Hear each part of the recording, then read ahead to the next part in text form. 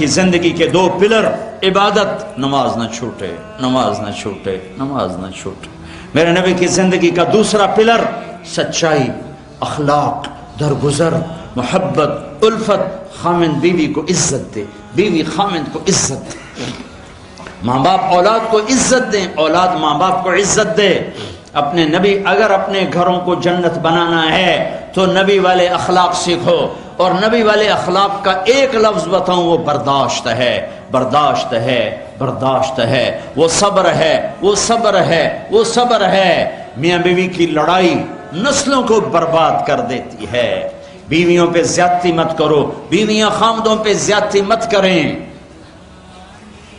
میرے نبی نے فرمایا بدترین ہے وہ انسان، ان انسانوں میں کوئی خیر نہیں جو عورتوں کو مارتے ہیں، اور عورت سے فرمایا جس سے اس کا خامد ناراض ہوا، کسی عذر شرعی کی وجہ سے، ظلم کی وجہ سے، عذر شرعی کی وجہ سے ناراض ہوا اور اس نے اسے راضی نہ کیا، تو اللہ کی ساری رحمتیں اس سے دور ہو جائیں گی۔ اپنے گھروں کو جنت بناؤ۔ گھر جنت پیسے سے نہیں بنتے، پاؤنڈ ڈالر سے نہیں بنتے، نبی والے اخلاق سے بنتے ہیں۔ ماں باپ کو عزت دو، بیوی خامند کو عزت دے، خامند بیوی کو عزت دے۔ کوئی ایک تپ جائے تو دوسرا چپ کر جائے، ایک چپ کرے تو دوسرا اس کو دیکھ کے چپ کر جائے۔ ساری لڑائیاں تو بول کی ہیں، سارے جھگڑے تو بول کے ہیں۔ ایک بات میری لے لو، ایک بات اگر گھروں کو جنت بنانا، ایک بات صرف کہ برداشت کرنا سیکھو، بولو مت۔ میری بیوی نے بےعزتی کر دی، میرے خامن نے میری بےعزتی کر دی، اللہ کی قسم ذلت میں عزت چھپی ہوئی ہے۔ دانے کو درخت بننے کے لیے مٹی میں چھپنا پڑتا ہے، مٹی میں ذلیل ہونا پڑتا ہے، پھر جا کر وہ درخت بنتا ہے۔ اگر تم لوگوں میں محبوب بننا ہے، تم چاہو کہ تمہاری بیوی تم سے محبت کرے، بیوی چاہے خامند مجھ سے محبت کرے، اولاد چاہے ماں باپ محبت کرے، ماں باپ چاہے اولاد محبت کرے، ایک دوسرے کو برداشت کرو، ایک دوسرے کو برداشت کرو، درگزر کرنا سیکھ لو۔ اور میرے حبیب کا فرمان، اے معاذ تمہیں سارے دین کا خلاصہ بتاؤں؟ کہا جی کیا؟ تو مجھے دیکھو، آپ نے کہا یہ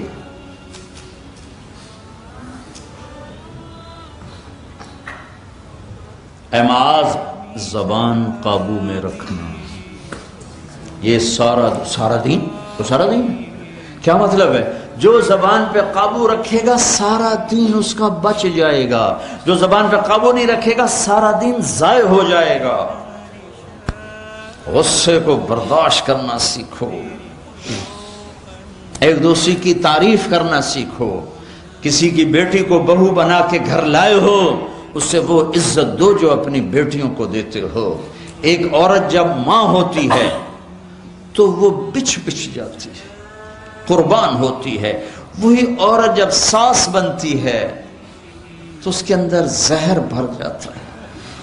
ایک مرد جب باپ ہوتا ہے، ساری رات جاب کر کے بچوں کو روٹی کھلاتا ہے، وہ جب سسر بن جاتا ہے تو اس کے اندر ایک نفرت بھر جاتی ہے۔ یہ میرے نبی نے سسر بن کے دکھایا۔ آپ اپنی بیٹی کے گھر آئے، فاطمہ پریشان، بیٹی کیا ہوا؟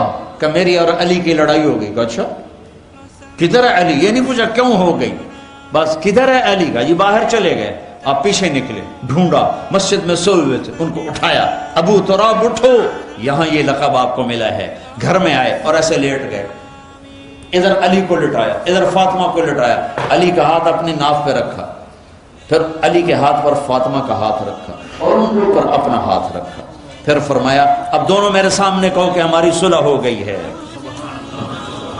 تو دونوں نے کہا جی صلح ہو گئی۔ تو آپ باہر نکلے بڑے خوش۔ صحابہ نے کہا یا رسول اللہ آپ تو بڑے خوش نظر آ رہے ہیں۔ کہ میں علی و فاطمہ کی صلح کرا کے آ رہا ہوں۔ یہ سسر کا کردار ہے، یہ سسرال کا کردار ہے۔ لیکن میں درد سے کہہ رہا ہوں کہ ساس اور سسر ایک زہر کا رشتہ بن گیا ہے، بہو ایک ذلیل رشتہ بن گیا ہے۔ جیسے تم اپنی بیٹیوں کے لیے چاہتے ہو کہ کسی کے گھر جائیں تو سکھ سے رہیں، جس کی بیٹی لاتے ہو اس کو بھی سکھ دو۔